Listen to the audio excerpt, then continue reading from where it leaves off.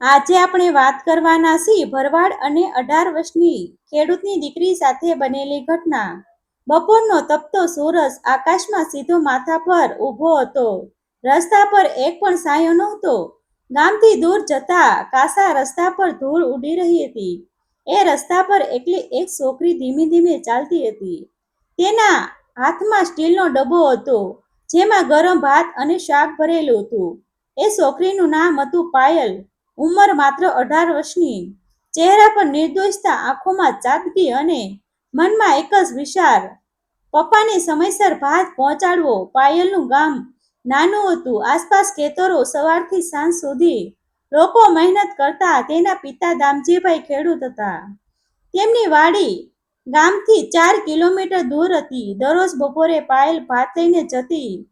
આ તેની રોજની જવાબદારી હતી. દામજીભાઈએ તેને ઘણીવાર કહ્યું હતું, એકલી ન જા, કોઈને સાથે લઈ જા. પરંતુ પાયલ હસીને કહેતી, પપ્પા, મને કશું નહીં થાય, હું સંભાળી લઉં. આ રસ્તો સહેલો નહોતો. બંને બાજુ ઝાડ અને ઝાખરા. ક્યારેક પક્ષીઓનો અવાજ, ક્યારેક પવનની હળવી સરસરાટ, પરંતુ મોટા ભાગે શાંતિ. એ શાંતિ ક્યારેય ડરાવણી લાગતી. આજે પણ એ જ રસ્તો હતો, પણ આજે કંઈક અલગ લાગતું હતું. પાયલ આગળ વધતી હતી. પગલાં સ્થિર હતા, પણ મનમાં અચાનક એક અજાણી બેચેની ઉઠી. તેને લાગ્યું કે કોઈ તેની પાછળ છે. તેણે ધીમેથી પાછળ જોયું. રસ્તો ખાલી હતો.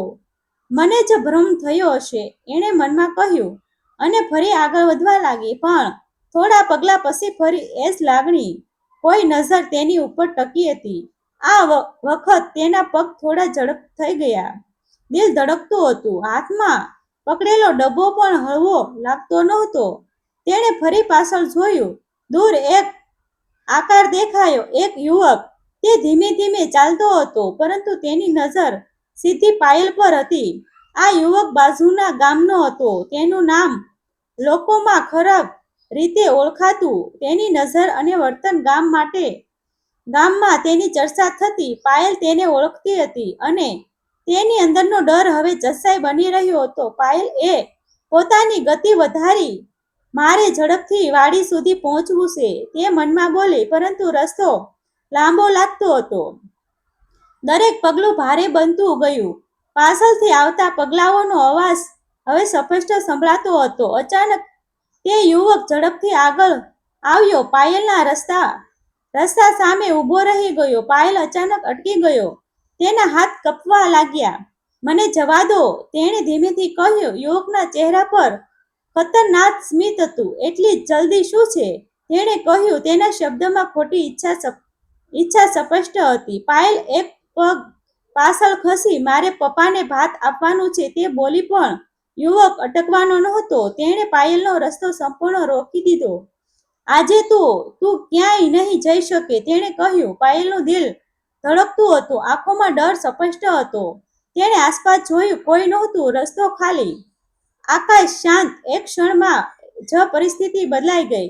યુવકે અચાનક પાયલનું બાવડું પકડી લીધું. પાયલ ચીસી પડી અને મને છોડો, તે જોરથી બોલી. પરંતુ આસપાસ કોઈ સાંભળનાર નહોતું. યુવક તેને ખેંચવા લાગ્યો. રસ્તાની બાજુએ આવેલા ઝાડી ઝાખરા તરફ. પાયલ જમીન પર પગ પર મજબૂત કરી ઊભી રહી. તે લડી રહી હતી. તેના હાથમાંથી ડબ્બો નીચે પડી ગયો. ભાત જમીન પર ફેલાઈ ગયો. પરંતુ હવે તેને ભાતની ચિંતા નહોતી. તેને પોતાની જાત બચાવવી હતી. મને છોડ, કૃપા કરીને, તે રડી પડી. પરંતુ યુવકના ચહેરા પર કોઈ દયા નહોતી.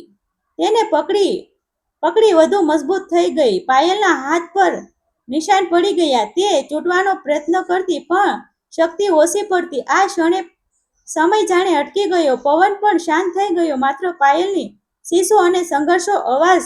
દૂરથી એક ગાડાની ઘંટડીનો અવાજ સંભળાયો. કોઈ આવતું હતું. પાયલને આશા સાથે ચીસ વધુ જોરથી પાડી. બચાવો, આવો તો માણસ હતો. રાજુ ભરવાડ.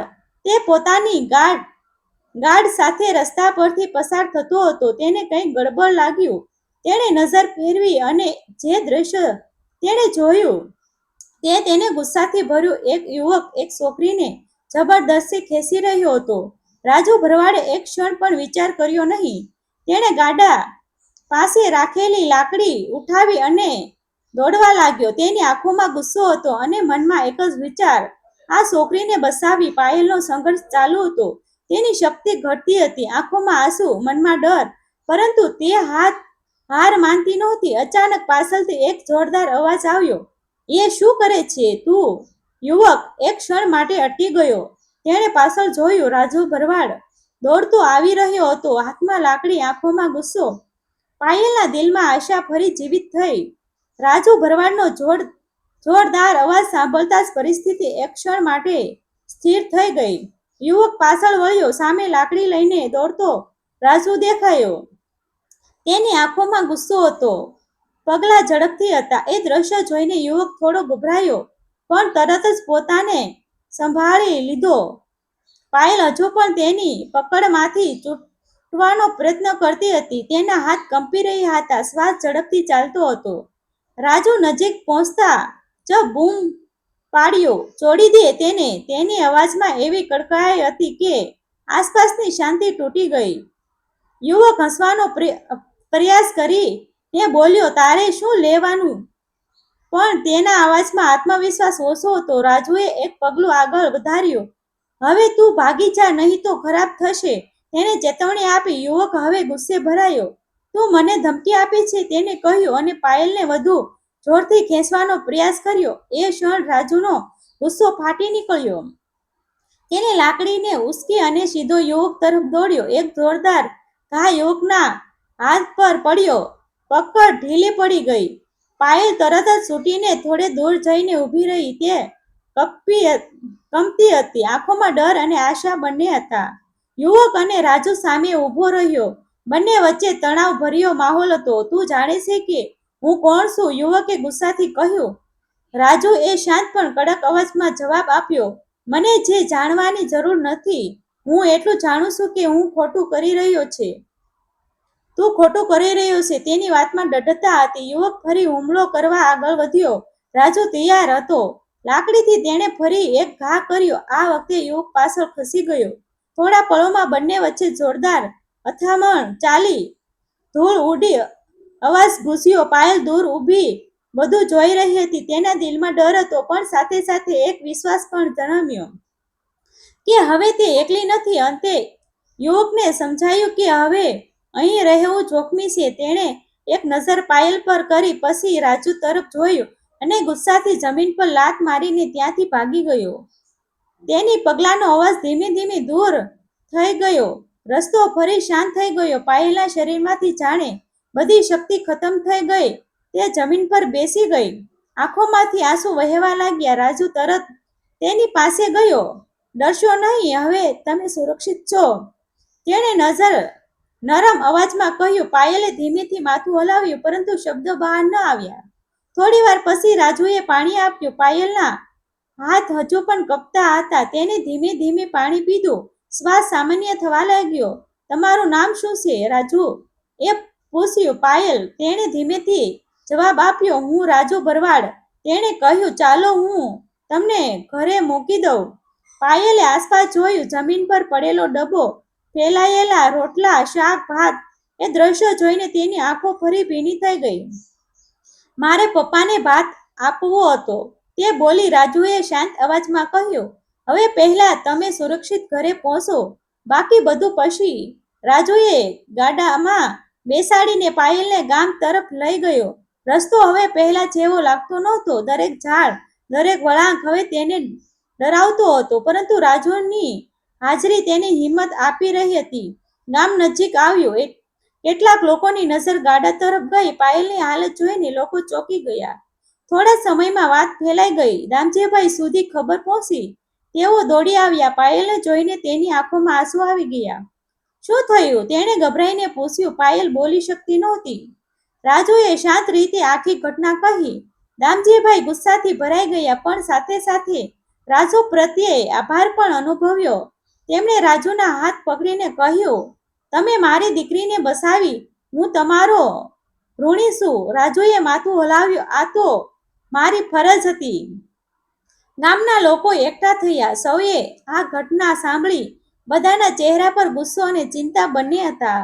કેટલાક લોકો તરત જ તે યુવકને શોધવા નીકળી ગયા. હવે ગામ ચૂપ રહી શકતું નહોતું. સૌએ નક્કી કર્યું કે આવી ઘટના ફરી નહીં બને. આ દિવસ પછી પાયલની જિંદગી બદલાઈ ગઈ. તે પહેલા જેવી નિર્દોષતા તો રહી, પણ હવે વધુ સાવચેત બની ગઈ. દામજીભાઈએ નક્કી કર્યું કે હવે તે ક્યારેય એકલી નહીં જાય. ગામના લોકો પણ વધુ જાગૃત બન્યા. દરેકને સમજાયું કે સુરક્ષા કેટલી જરૂરી છે. રાજુ ભરવાડનું ગામમાં માન વધી ગયું. લોકો તેને બહાદુર કહેવા લાગ્યા. પરંતુ રાજુએ બધું સાંભળી માત્ર સ્મિત કરતો. મેં જે કર્યું તે કોઈ પણ કરત, તે કહેતો. પરંતુ હકીકતમાં દરેક પાસે એવી હિંમત નથી હોતી. એક દિવસ પાયલ અને તેના પિતા રાજુને મળવા ગયા. પાયલના હાથમાં નાનો થાળ હતો. તેમાં મીઠાઈ હતી. તેને શરમાઈ અવાજમાં કહ્યું, આપનો આભાર માનવા માટે કંઈ શબ્દ નથી. રાજુએ હસીને કહ્યું, આભારની જરૂર નથી. તમે સુરક્ષિત છો એ જ મોટું છે.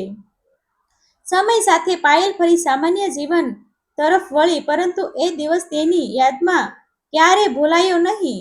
જ્યારે પણ તે રસ્તા પર પસાર થતી, તે ક્ષણો યાદ આવતી જતી. પણ હવે તે ડરતી નહોતી, કારણ કે તેને ખબર હતી, હિંમત અને સારા લોકો હંમેશા આસપાસ હોય છે. આ વાર્તા એક મહત્વનો સંદેશ આપે છે. મુશ્કેલી કોઈ પણને આવી શકે, પરંતુ જો સમાજ એકબીજાને મદદ માટે ઊભો રહે તો કોઈ પણ અંધકાર લાંબો નથી રહેતો. એક માણસની હિંમત કોઈની જિંદગી બચાવી શકે છે. અંતે જીત હંમેશા સચ્ચાઈ અને હિંમતની જ થાય છે. ડિસ્ક્લેમર: આ વાર્તા સમાજમાં બનતી વિવિધ ઘટનાઓ પરથી પ્રેરિત છે. તેમાં દર્શાવેલા પાત્રો અને ઘટનાઓ કાલ્પનિક છે, પરંતુ તેનો ઉદ્દેશ સમાજના ચાલતા સત્યને રજૂ કરવાનો છે. કોઈ વ્યક્તિગત સ્થળ અથવા ઘટના સાથે કોઈ સીધી